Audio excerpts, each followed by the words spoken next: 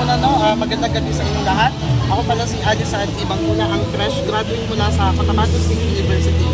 So, ang grupo po namin ay binubuo po ng mga estudyante mula sa iba't ibang eskwelahan, colleges and universities, at meron din po sa mga private school na nag-volunteer po. So, para po sa overview nitong program namin, ang programa po ay, ang pondo po na nanggaling dito ay pinag-ambag-ambagan po namin at kasama ko yung mga estudyante na nandito ngayon sa likod ko.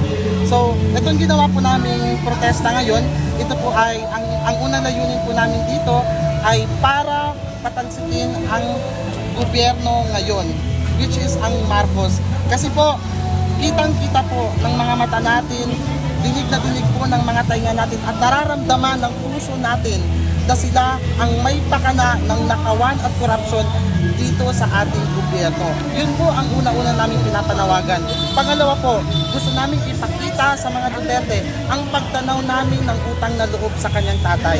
Bilang isang bangsamoro, tinatanaw po ng utang na loob ang pagkakaroon ng farm government ngayon. Ang kadahilanan ay ang kanyang ang ama ni Sara Duterte, ang dating Pangulong Duterte. Kung kaya kami ngayon na mga kabataan, gusto namin ipakita na hindi man kami ganun kadami, ngunit alam namin na may mga bangsamoro at Pilipino around the world na sumusuporta at iisa ang adhikain katulad namin ang magkaroon ng isang maayos at payapang pamahalaan.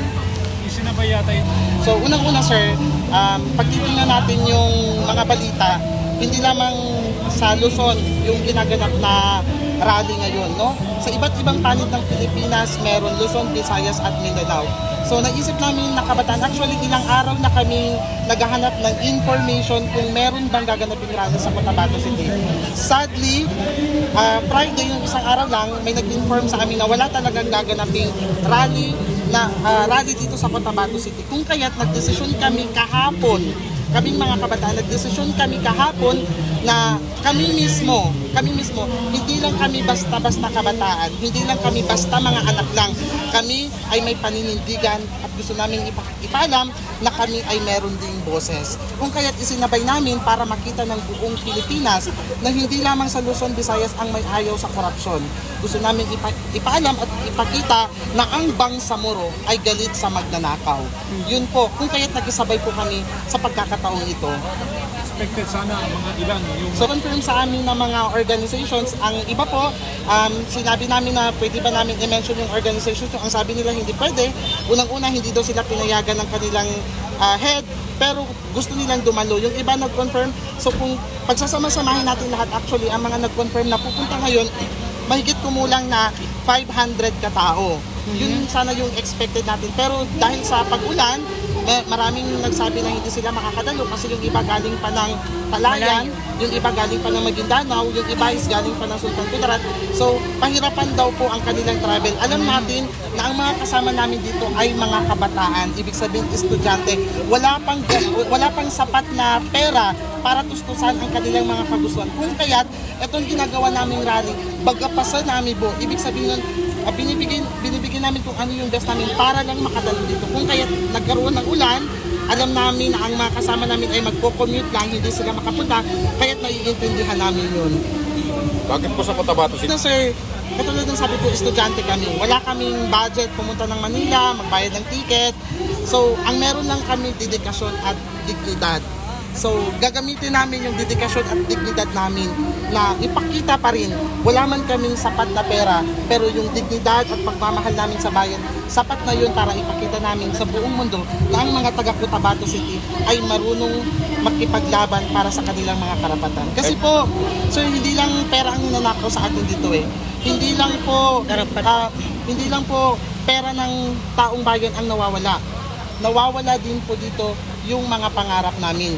Nawawala po yung kinabukasan ng mga bata at sa susunod pang henerasyon kung magpapatuloy ang ganitong klaseng sistema ng pamahalaan. Okay. May mga So, ito kung darating man ito sa inyo, mahal na Pangulong Bongbong Marcos, nananawagan kami dito sa Cotabato City, ang kabataan dito sa Cotabato City, nananawagan na sana mag-resign ka na para sa kapakanan ng mamamayang Pilipino.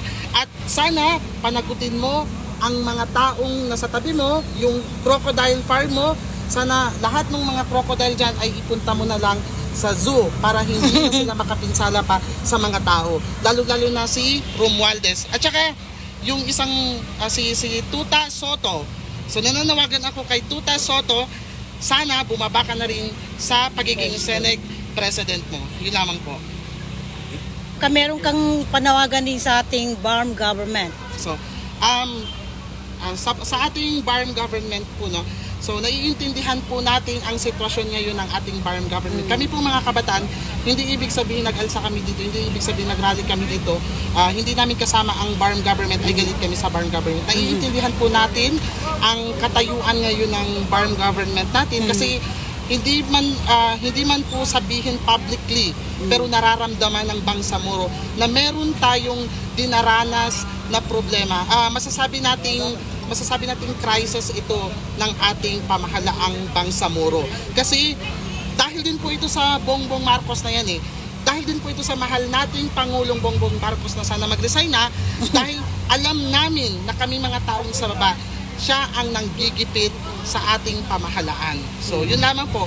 So, ito ay panawagan ko sa lahat ng Bangsamoro. Sana huwag tayong matakot sa ating pamahalaan.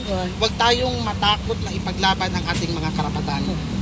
Okay, maraming salamat. Yan po ang buong panayam kay Sir Ali Bangkula dito sa Cotabato City Plaza. Kaugnay sa Free Duterte Movement and support for rally. Maraming salamat. Wassalamualaikum warahmatullahi wabarakatuh.